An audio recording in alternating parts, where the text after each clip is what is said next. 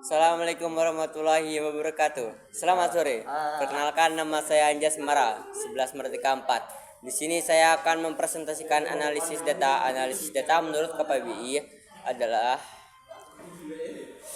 data kata benda yang dimaknai sebagai keterangan yang benar dan nyata dan dapat dijadikan dasar kajian. Hubungan data dan informasi adalah di mana data merupakan bahan mentah yang diolah menjadi informasi yang lebih berguna. Ada 4 kategori analisis data menurut Koor adalah: 1. Deskriptif, mendeskripsikan atau meringkas data guna membantu memahami. 2. Diagnostik, mencari penyebab dari peristiwa yang terjadi. 3. Prediktif, membuat prediksi peristiwa di masa depan. 4. Preskriptif, metode yang bisa memproduksi atau menyarankan tindakan yang diambil. Kategori data pribadi menurut Undang-Undang Nomor 27 Tahun 2022 adalah 2 kategori, yaitu bersifat spesifik dan bersifat umum. Contoh data pribadi yang bersifat spesifik adalah seperti data kesehatan, data biometrik, data genetika, catatan kejahatan, data anak, data keuangan pribadi. Contoh data pribadi yang bersifat umum adalah nama lengkap, jenis kelamin, kewarganegaraan, agama, dan status perkawinan. Hubungan validitas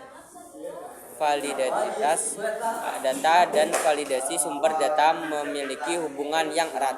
Validitas data memastikan bahwa data yang dikumpulkan akurat dan sesuai dengan realitas.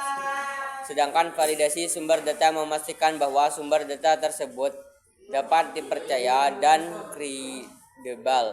Dengan kata lain, validasi menurut data adalah persyaratan untuk mencapai validasi data. Validitas data.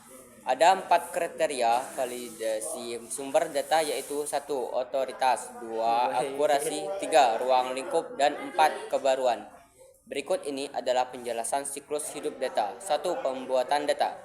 Pembuatan data melibatkan pengumpulan, persiapan, dan pemrosesan data mentah menjadi bentuk yang dapat dianalisis dan digunakan.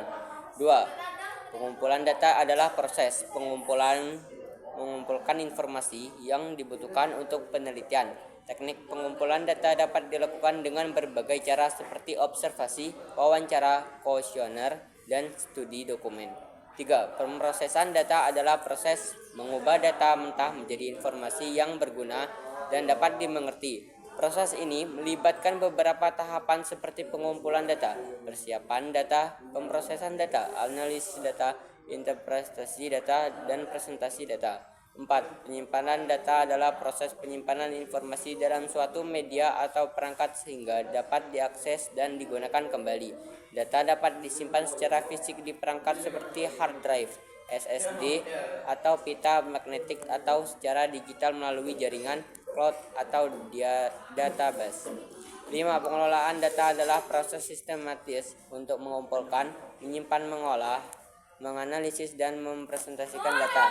6. Validasi data adalah proses memastikan data yang dimasukkan atau dikumpulkan akurat, konsisten, dan sesuai dengan aturan yang ditentukan.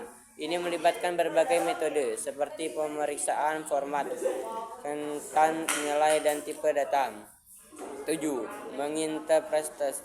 Menginterpretasi data adalah proses menafsirkan dan memahami informasi yang terkandung dalam data. Ini melibatkan beberapa langkah, termasuk mengumpulkan data, mengembangkan temuan, menarik kesimpulan, dan memberikan rekomendasi.